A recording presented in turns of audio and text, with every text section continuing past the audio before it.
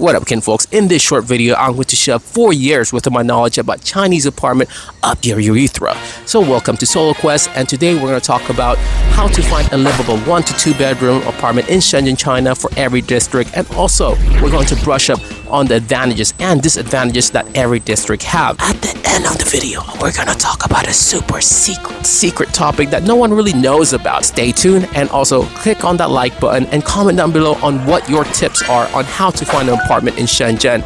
That way it'll fulfill my ego and also tell my disappointed parents that YouTube is a viable job. Alright, I'm gonna get this out of the way because I know some people in the comment down below will probably say something along like, hey, I can find a cheaper apartment in Shenzhen. Or either, I saw a YouTube video where apartment in Shenzhen costs only 1,000 renminbi. This is too expensive, bro. Well, my boy, you're gonna be living here for 1 to 2 years, depending on how much you like Shenzhen, maybe forever. You don't want to live in misery every day. You want to find a livable apartment that is normal. You don't want to live in a place where you have to squat every time you want to take a dump and have lane cramps after, or either listen to your neighbor moan at 1:35 in the morning, or maybe you want to have a nice Sunday evening afternoon, but you get interrupted by dancing eyes blasting out their pop music. This video is specifically for a livable, normal apartment. Alright, so I'm going to categorize the district into 3 different sections. First is the heart of Shenzhen, second the normal Shenzhen, and third the outskirts of Shenzhen, because it's a lot further from Futian and Nanshan where the business districts are. And I want to tell you the median price for each section as well. But wait, there's more. So now take out your calculator, because these are some of the things that can reduce the cost of your apartment. First, of course, if you do duo mode where you have a roommate, then of course the apartment price would be cut in half. And second is the distance from Nanshan or Futian. Nanshan and Futian is the heart of Shenzhen, therefore it's a lot more expensive there. But if you are living further away from that area, things are going to get a lot more cheaper.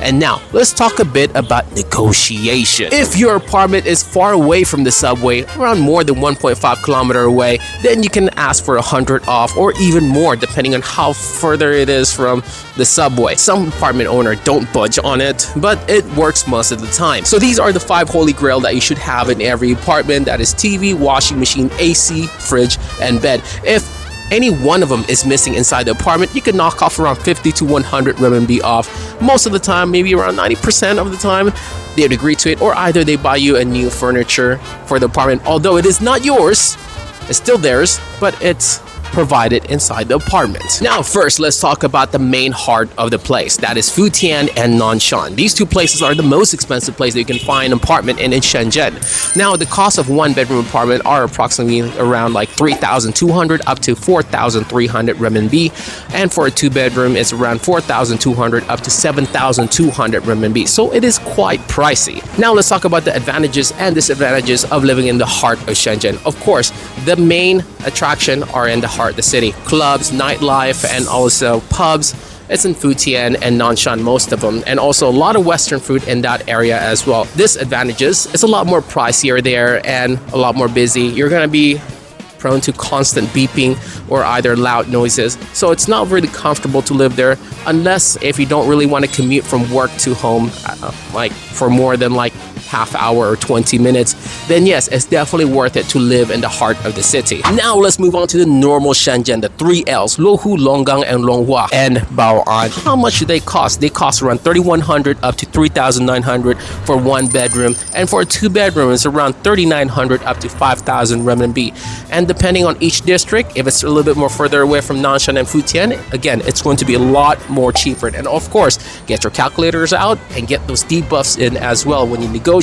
And what are some of the advantages in living in the normal Shenzhen? First of all, the residential cost is a lot more cheaper, and also the apartment itself is a lot more modern looking comparison to the apartment in Futian and Nanshan. Although the pricier apartment in Futian and Nanshan is modern looking, but the normal prices apartment that you'll be living in, bro, they're not even refurbished. Like, they don't even give a crap about refurbishing the apartment itself. It looks really old because they know that everybody wants to live in Nanshan and Futian. Finally, for the last one, the outskirts of Shenzhen. It just means that it's further away from the center of the city. And some of the places that is further away would be Pingshan District, Guanming District, and Yantian District. Apartment here is a lot more cheaper, a lot more fancier than comparison to the center of the city itself. Now, for a one bedroom, you're looking at 900 renminbi up to 3,000 renminbi, and for a two bedroom, you're looking at 3,500 up to 4,500 RMB. Apartment here is a lot more cheaper and a lot more new comparison to the heart of Shenzhen itself. So what are some of the major advantages and disadvantages for these districts? And of course, money. You get to spend more money on food, traveling, and also some figurines probably. Of course, it comes with disadvantages. That is transportation. A lot of the time, some places in these apartments do not provide subway. You have to use a taxi, DD, or buy your own e-bike right over here. Not only that, it's a lot more further away from the heart of the city. You have to spend more than 1 hour to get to the center of the city from your area. Now that you made it till the end, I'll tell you this super secret topic that not a lot of people know about. Well, it's not really a scam, more like a trick. What usually happens is that they will probably say something along the line, hey, this apartment is cheap, it only costs 2,500 RMB. It sounds too good to be true. The thing is, it is sometimes. You always have to ask for the management fee. You ask how much it costs. A lot of the time, the apartment cost will be cheap, but the management fee will be god dang expensive. Now, for some of you guys who are wondering, what are management fee? These are fees that you have to pay every month to the manager of the apartment itself. The total cost of the real apartment is the apartment itself and along with the apartment management fee. So you want to combine that together, and that is the real cost of the apartment. So do be careful. God dang, it stinks over here. All right, I'm moving out. I feel like a dog pissed around the area. Whoop. True, yeah, that's a dog's piss right over there. And the second thing is always ask your apartment agent whether it's a commercial district or a residential district. Always pick the residential district because the utilities there is a lot more cheaper compared to commercial district. And as for the last one, this is the most important tip that I can leave for all of y'all. This is the generational tip that I leave towards my grandchildren. And that is, if you find a good apartment in Shenzhen that you like, stay around and chill around like 5:30 p.m. up to 7 p.m. in that area where you're gonna be living in. A lot of people in China love to go out during the afternoon, and a lot of the time they can be quite rowdy. You're gonna have dancing AIs or people selling things outside the area. And during this time, things can get a bit louder. But yeah, comment down below on what you think is the best tip to find an apartment in Shenzhen, China, and click on that like button below.